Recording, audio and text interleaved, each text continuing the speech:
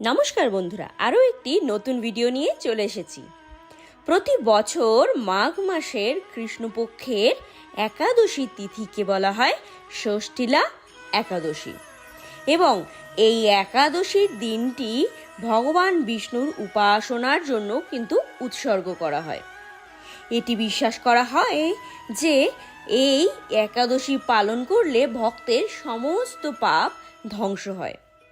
অতএব মাঘ মাস তো চলছেই, এই মাসে কৃষ্ণপক্ষের একাদশী তিথিতে ষট্টিলা বা ষটতিলা একাদশী উপবাস পালন করা হচ্ছে।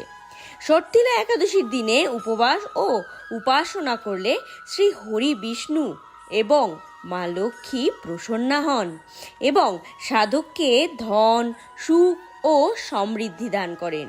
ষটতিলা একাদশীর উপবাসকে পাপ ও রোগ থেকে মুক্তি দেওয়ার জন্য বিশেষ বলে মনে করা হয়। আজ এই ভিডিওতে আমরা জেনে নেব যে এই ষটতিলা একাদশী কবে এবং কখন পড়েছে এবং পালনের নিয়ম, তার সাথে সাথে যেটা সব থেকে বেশি গুরুত্বপূর্ণ তা হলো এই একাদশীর ব্রত কথা। এবং বন্ধুরা, আপনারা জানেনই, যারা একাদশী পালন করছেন বা কোনো কারণবশত পালন করতে পারছেন না, ভগবানের সামনে একটি প্রদীপ প্রজ্বলিত করে এই একাদশীর ব্রতকথা পালন করলে এবং ব্রতকথা শুনলে কিন্তু ভক্তের মুক্তি হয়। তো চলুন ভিডিওটি শুরু করা যাক।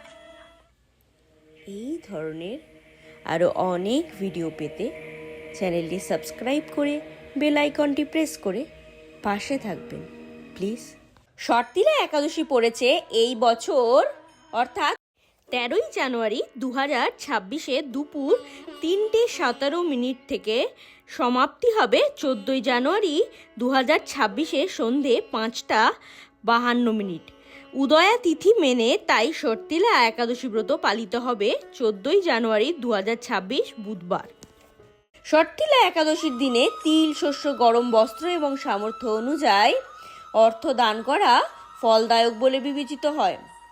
তো বন্ধুরা, এই ব্রতের ব্রত কথাটি আমরা জেনে নিই, চলুন। পৌরাণিক কাহিনী অনুযায়ী প্রাচীনকালে এক ব্রাহ্মণ স্ত্রী ছিলেন। সবসময় পূজার্চনা ও ব্রত পালনে মগ্ন থাকতেন, কিন্তু কখনো দান পুণ্য করতেন না।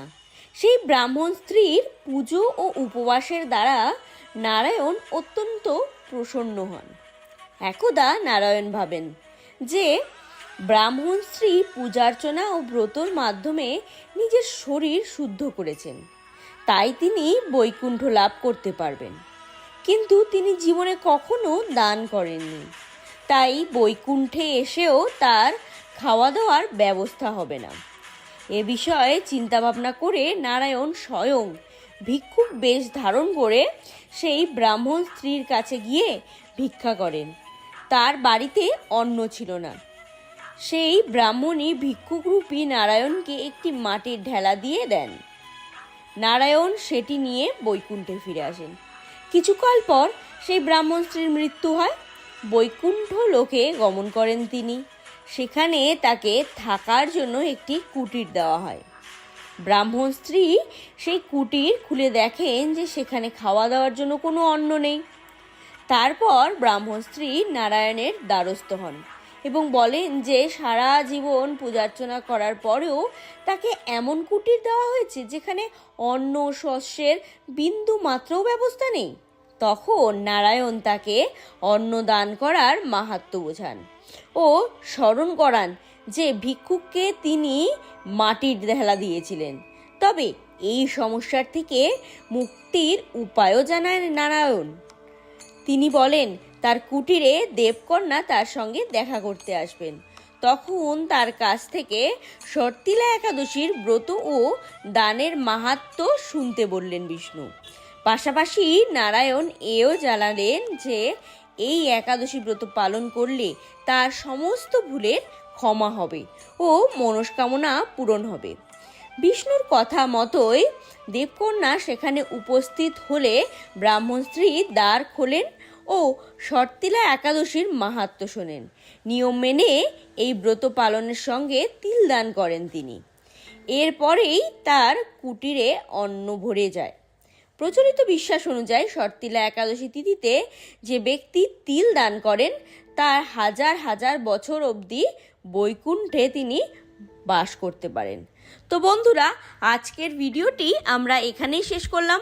ভিডিওটি কেমন লাগলো? যদি একটুও ভালো লেগে থাকে ভিডিওটি লাইক করে এবং শেয়ার করে এবং চ্যানেলটি সাবস্ক্রাইব করে পাশে থাকবেন। দেখা হচ্ছে একটি নতুন ভিডিও নিয়ে। Till then, tata, take care of yourself and your mom dad. জয় শ্রীকৃষ্ণ, রাধে রাধে।